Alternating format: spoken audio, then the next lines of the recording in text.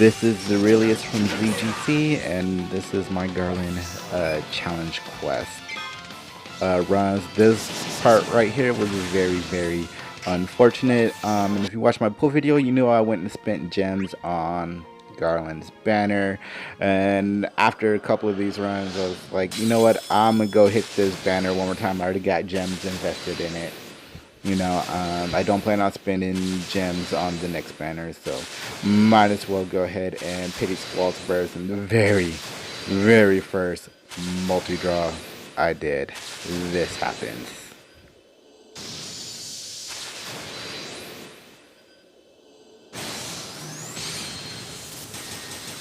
Oh yeah. Never gets old. I've watched that like a bunch of times. Like, that animation is just so cool. That background is so freaking cool. We went ahead and maxed that out, and I forgot to equip the EX Plus passive that you get. As you can see, the little arrows pointing to it. Here is when I realized it. And this is the full run right here, starting off with this. And as you can see, assault trigger is orange. So there was a few more deaths or failures with this, and basically my strategy for this was save Garland's LD for the second wave, strictly for the second wave, because I was using it up, one too many times here in the first wave. His LD is addicting, gotta admit. But I was using it one too many times here in the first wave, and I didn't have any way to speed down the colorless queen on the second wave, which was getting me killed, or having those status effects, like those debuffs. Ugh. Well, the paralyzed, everything else is kind of really not that nasty, but that paralyzed, oh my gosh. There's no way around it. None of the synergy characters have debuff evasion except for WoL, but his isn't reliable. So another thing I did was just keep WoL locked onto one target, and let the other two deal with the other target here in the first wave. Because I did several runs where I was locking both of them, and not only was I running out of throw buckler for WoL, but he was taking way more damage. Like, his shields, even if you have the best event brave, I've seen a few videos of this where people were going in with diabolos, to increase the int brave stat, and WoL's shields were still getting eaten through. So if you can manage it, just try to keep one of the phantom males locked onto WoL if you are bringing, that way he doesn't take as much damage, he won't get breaks, or he won't get broken, and you'll be able to refresh those shields a lot more often. If like two of them, or if one of them has like one turn of luck left, but the other one is like potentially about to kill somebody else, then yeah, maybe throw buckler in that sort of situation. My WoL is only 0 out of 3, so he's not a reliable brave shaver even with throw buckler, because I know throw buckler can hit decently. It's nothing amazing, but decently. So it can save a kill. But the thing I hate about WoL most is he does not have last stand. It's like every other tank in the game has last stand, but WoL does not, and that drives me nuts. I just realized right there I had to use Trust Divide. Like, this was not a perfect run at all, and I went in here with the game plan, and just trust me, as you're watching this, you'll see busts fall off and all that good stuff. Like, I managed this fight horribly, but I still managed to get through. One of the runs I did, a really good strategy that worked was to use Squall's Burst if you have it here on this wave, and spam Garland's LD skill along with Renzokuken to get rid of these phantom males. And I mean, if you do that, you can get them almost dead, if not dead, during the time that burst effect lasts. But thing with Squall's burst effect that it works on all skills that give splash damage, even if there's only a single target, which is something I realized while trying to work through this fight. You know, so even if it's one target and you got Squall's burst, and when you use it, spam Renzokuken. Don't worry about Rough Divide, because Rough Divide doesn't do splash damage, it does split damage. And this is something that's been driving me crazy, is people would use Squall's burst and go right into a Rough Divide. It's like, no, you use his burst and just spam Renzo, unless he's like the only, or if he's the only AoE damage dealer. You know, I mean, if you got other damage dealers, you might want to let them right on the effect, but Squall hits so hard, why not hit 9s on everything on the board? You know what I'm saying? The problem with Renzokuken is it has a very low turn rate, so he will jump a couple of turns every time he uses that skill, which can have your burst effect wear down rather quickly. I mean, like I said, even if it's a single target, you can still hit all 9s with the Renzokuken while his burst effect is on the field.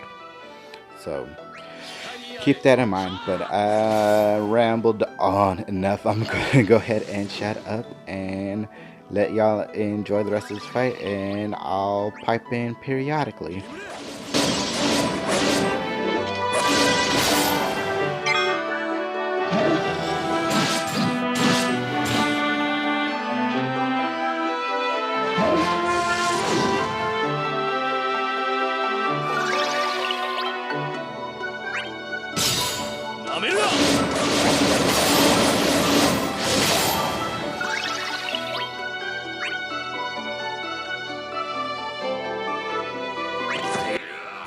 I love Garland's new HP attack. Oh my goodness, it's awesome. Yep.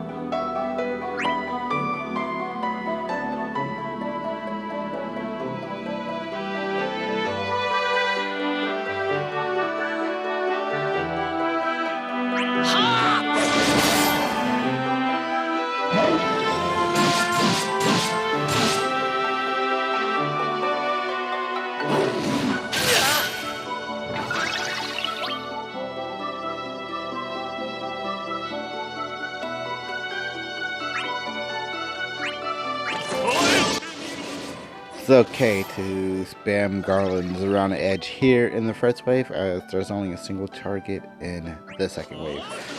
I'd only use it when you have his Soul of Chaos or Soul of Conflict. I always get those two confused.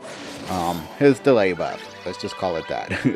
But yeah, only use around the edge when he has his delay buff up. And if you're bringing Squall, you can kind of spam Renzokuken here just with Renzo, kind of hold on to I'd say at least 2 of those for the second wave. That way he can refresh his buffs, because none of these guys that are synergy for this chaos are awesome buffers, so they have to be a little self-reliant when it comes to their buffs. So yeah, just save 1 or 2 Renzokukens, or 2 or 3 Renzokukens for the second wave, and that is including Squall's AA.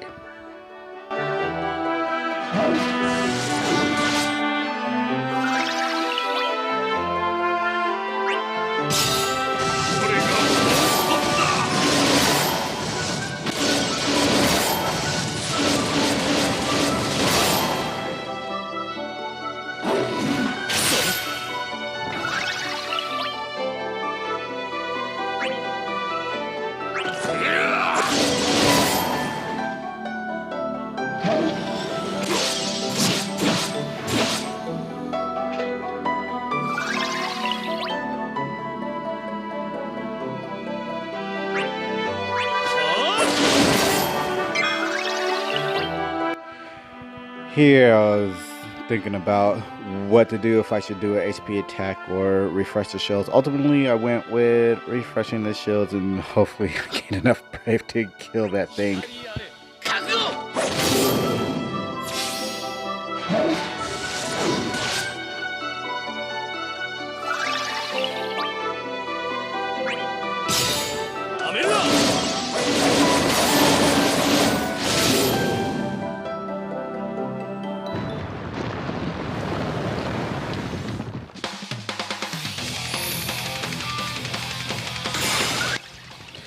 Alright, made it to the second wave somehow.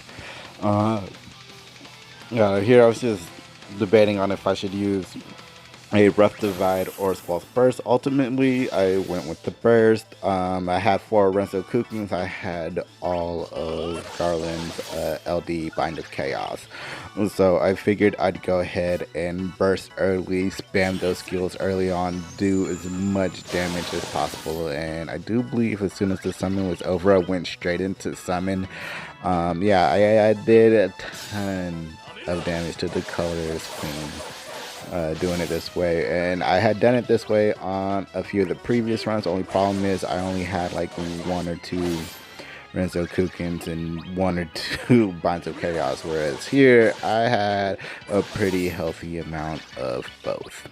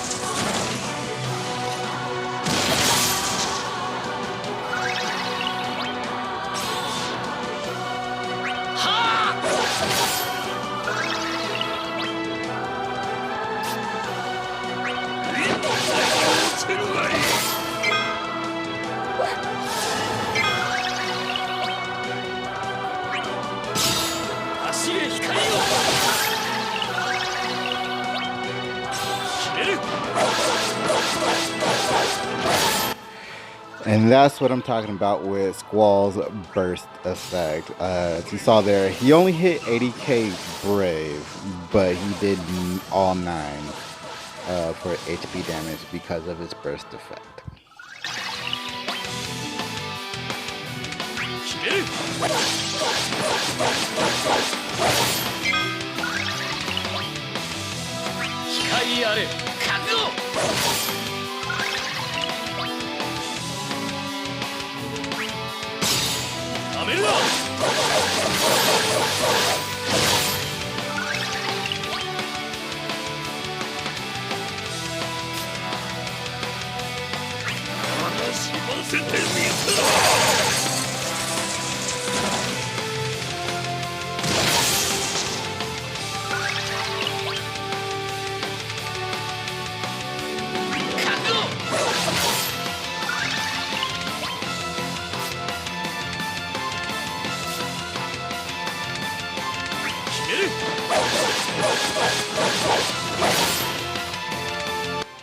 As you can see, by using this strategy, by the time Squall's burst effect is over and done with, it covers about 50% HP, which is not too shabby.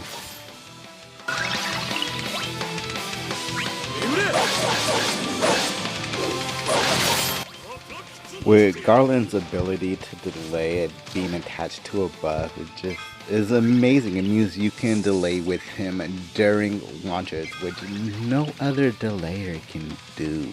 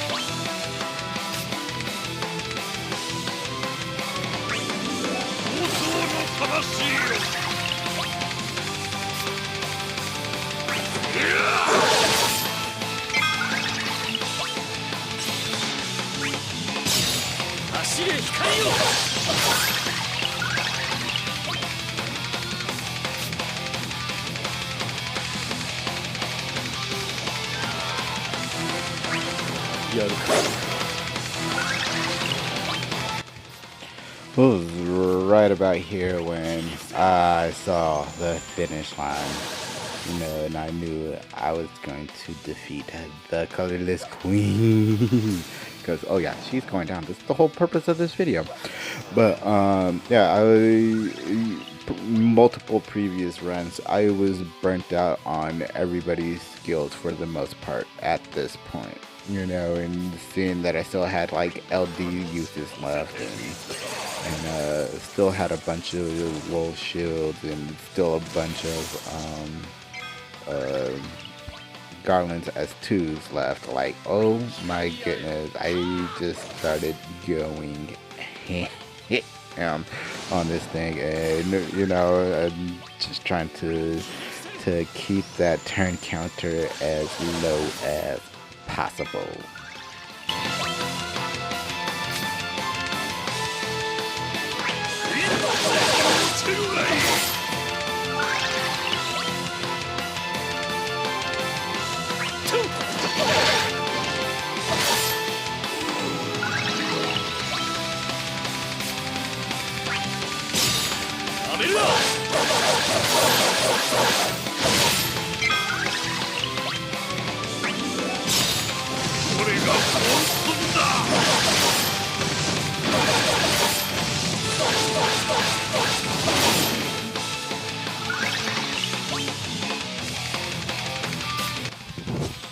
completely forgot about Warrior of Light's AA, which gives him brave damage reduction, which is super useful in the first wave. You can definitely save a life of a lot of his shields in that first wave by using this AA. Using it here at this point, no point other than like Brave Regen.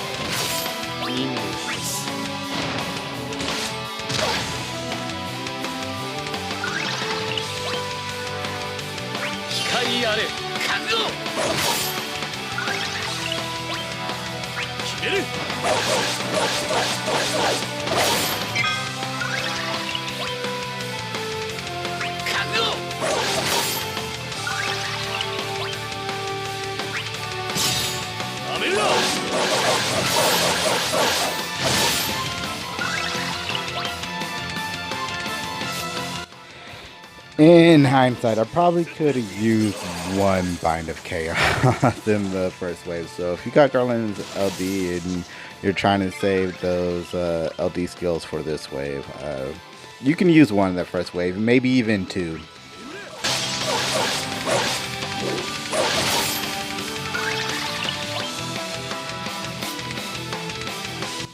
And there you have it, finishing it off with the Garland CX Disaster of Chaos. I love the CX skill. I mean, it's not great for your animation if you're doing speedruns or anything like that, but it's an awesome animated.